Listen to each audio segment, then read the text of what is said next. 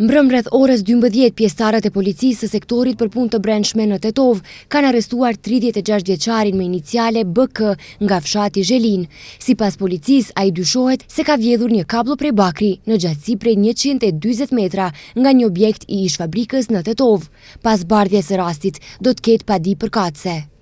Mbrëm pjesëtarët e policisë nga stacioni policor në Kamjan kanë arrestuar personin Arën 19 vjeçar nga Siniçani, duke vepruar në bazë të një denoncimi se përmes rrjeteve sociale ka kërcënuar një polic për shkak të pakënaqësive, se paraprakisht i kishte dënuar atë dhe prindin e tij.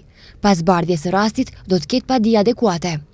Sot në mëngjes, pjesëtarët e policisë në Gostivar kanë arrestuar 61 vjeçarin QI nga Gostivari, duke vepruar sipas denoncimit se për shkak të keqkuptimeve, një ditë më parë, me një send të mbreht, ka kërcënuar një person me iniciale MD, 61 vjeçar nga Gostivari. Pas bardhjes së rastit, do të ketë padi adekuate.